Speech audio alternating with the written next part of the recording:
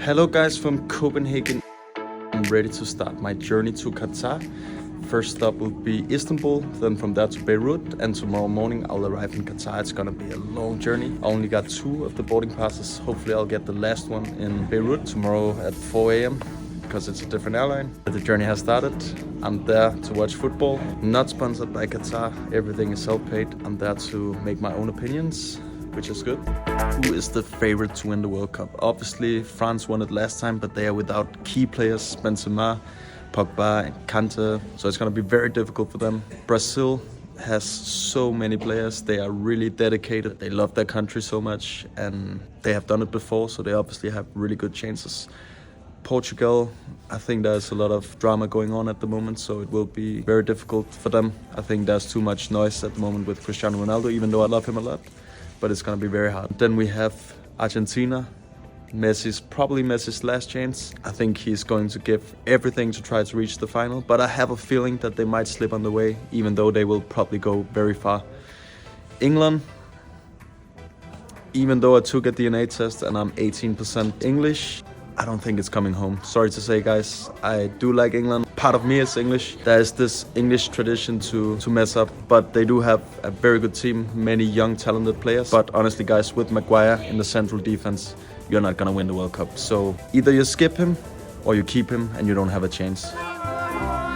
My country, Denmark, we are kind of the country that might surprise everyone. It's good sometimes to be in this position. That's also when we won the Euros in 1992, when every player went on vacation. Then the war in Yugoslavia started and Denmark was called up instead of Yugoslavia, while the players were at the beach, had holidays, but then they came to train and we actually ended up winning everything. This team, the Danish team, is the best team that we had for 30 years, so I have high expectations. Also, another team that I think is very underrated is Serbia. I think they have some really good players and a very strong mentality, so Serbia might go far also. Spain, I don't see them perform that well. They are without Sergio Ramos, the greatest defender of all time. And they made some decisions that I don't agree with. They'll probably go to the quarterfinals also, but I don't see them make it all the way. When you leave a player like Sergio Ramos out, it's insane. Too few Real Madrid players in that squad. Uruguay, Fede Valverde, one of the best midfielders at the moment. Suarez, last chance to win the World Cup.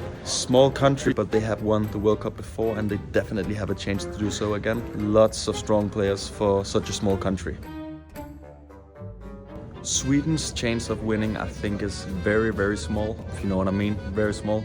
Germany, I think the team is strong, but Toni Kroos, another very important player, is not there. You know, Germany are usually always there on the top and they will compete very hard for this World Cup also. They have a lot of good players and usually Germany, they always make it in the end, even though they maybe not perform that well. They will come a long way. I also see Netherlands coming really far. I think they will go further than Belgium. A guy like Hazard is out of shape. Netherlands have a lot of good quality players, so they might make it really far. I have high expectations for them also. And Morocco, also a very underrated team. Hakimi, other players. They might be the African team that goes the longest way. I don't think Senegal without Sadio Mane will make it as far as Morocco will. And obviously Croatia, the team that knocked Denmark out last World Cup.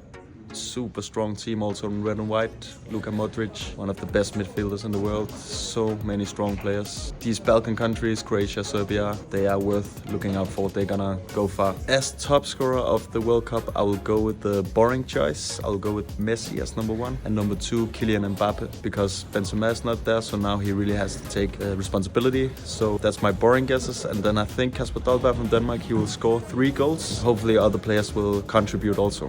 So that's my predictions for the World Cup. Who do you think will win? Please leave your comments below. And now I'm going to Qatar. Start the journey now. So see you guys. Når solen står op, og vi vågner igen, så ved vi det er Danmark, min bedste ven. Vi giver ikke op, før vi kommer derhen. I ved at det er Danmark, vi vinder VM.